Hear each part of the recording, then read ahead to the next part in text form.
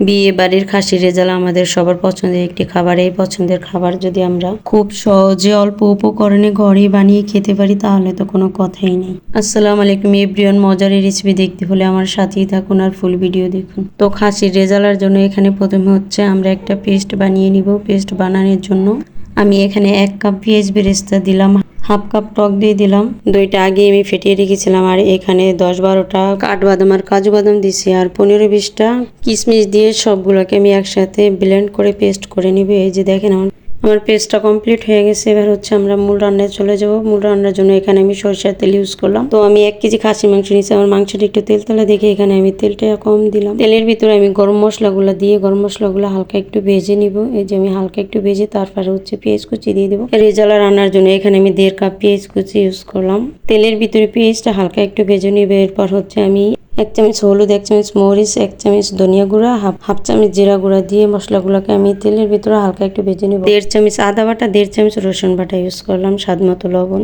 জাল মিডিয়াম আঁচে রেখে সবগুলো মশলা আমি তেলের ভিতরে সুন্দরভাবে ভেজে নেব। আমি রান্নাটা সরষের তেল দিয়ে করতেছি, আপনারা সয়াবিন তেল দিয়ে করতে পারবেন, কোনো সমস্যা নেই। রেজালাটা আমি যেভাবে রান্না করছি সেম ভাবে আপনারা রান্না করলে তাহলে হচ্ছে বিয়ে বাড়ির স্বাদটা পাবেন। জাল মিডিয়াম আঁচে রেখে তারপরে হচ্ছে আমি মশলাগুলোকে সুন্দরভাবে কষিয়ে নেব। মশলাটা কষানো কমপ্লিট হয়ে গেছে। এবার হচ্ছে আমি এই যে দেখেন আমার মাংসগুলো একটু তেল তেলে দেখে আমি হচ্ছে তেলের পরিমাণটা কমিয়ে দিচ্ছি। আপনারা অবশ্যই তেলের পরিমাণটা একটু বাড়িয়ে দিবেন। মাংসগুলো একটু আমি বড় সাইজের করিয়ে নিয়েছি।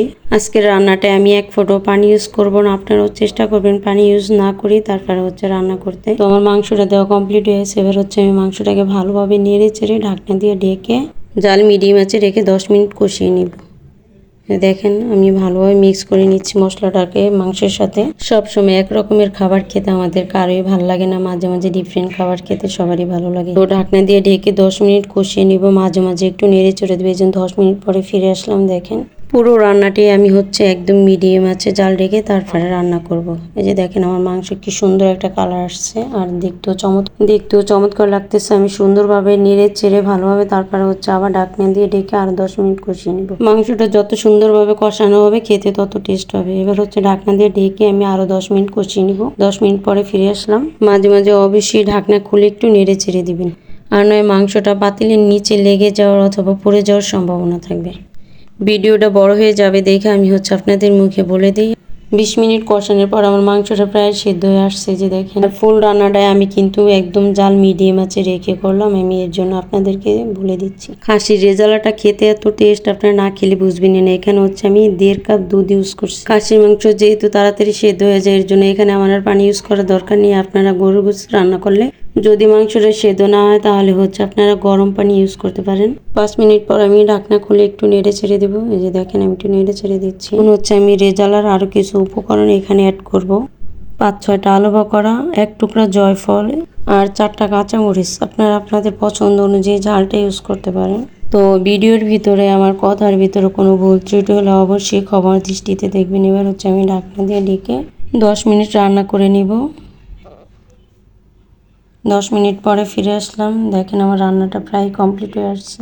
তো আমি আর 5 মিনিট রান্না করলেই আমার রান্নাটা কমপ্লিট হয়ে যাবে। রান্নাটা কত পারফেক্ট ভাবে করলাম, 1 ফোঁটাও আমি এখানে পানি ইউজ করি নিয়ে। যে দেখেন মাংসটা একদম সিদ্ধ হয়ে গেছে, হাড্ডি থেকে মাংস আলাদা হয়ে গেছে। রেজালার জন্য আমি যে পেস্ট বানিয়ে রেখেছি ওই পেস্টটা আমি এখানে দিয়ে দিলাম। দিয়ে তারপর হচ্ছে ঢাকনা দিয়ে ঢেকে 5 মিনিট রান্না করে নেব। এই যে পেস্টটা আমি দিয়ে দিলাম। এবার হচ্ছে পেস্টটা আমি খুব ভালোভাবে মিক্স করে নিব মাংসের সাথে। আমি এখানে 1 চামচ ঘি ইউজ করলাম, সামান্য গরম মশলা ভাজা ইউজ করলাম। ভাজা গরম মশলা গুঁড়িটা আমার হচ্ছে বাসায় বানানো। আপনারা হচ্ছে বাজারে কিনা গরম মশলাটাও ইউজ করতে পারেন, কোনো সমস্যা নেই। মশলাগুলো ভালোভাবে মিক্স করা হয়ে গেছে। এবার হচ্ছে আমি ঢাকনা দিয়ে ঢেকে 5 মিনিট রান্না করবো। মাঝে মাঝে একটু নেড়ে চেড়ে দেবো। এই যে 5 মিনিট পরে ফিরে আসলাম। আমার রান্নাটা কমপ্লিট হয়ে গেছে। রেজালাটা দেখতে কতটা লোভনীয় হয়েছে দেখেন। খেতেও কিন্তু অনেক টেস্ট। আপনারা না খেলে বুঝবেন না। ভিডিও ভালো লাগলে অবশ্যই লাইক, কমেন্ট, শেয়ার করবেন।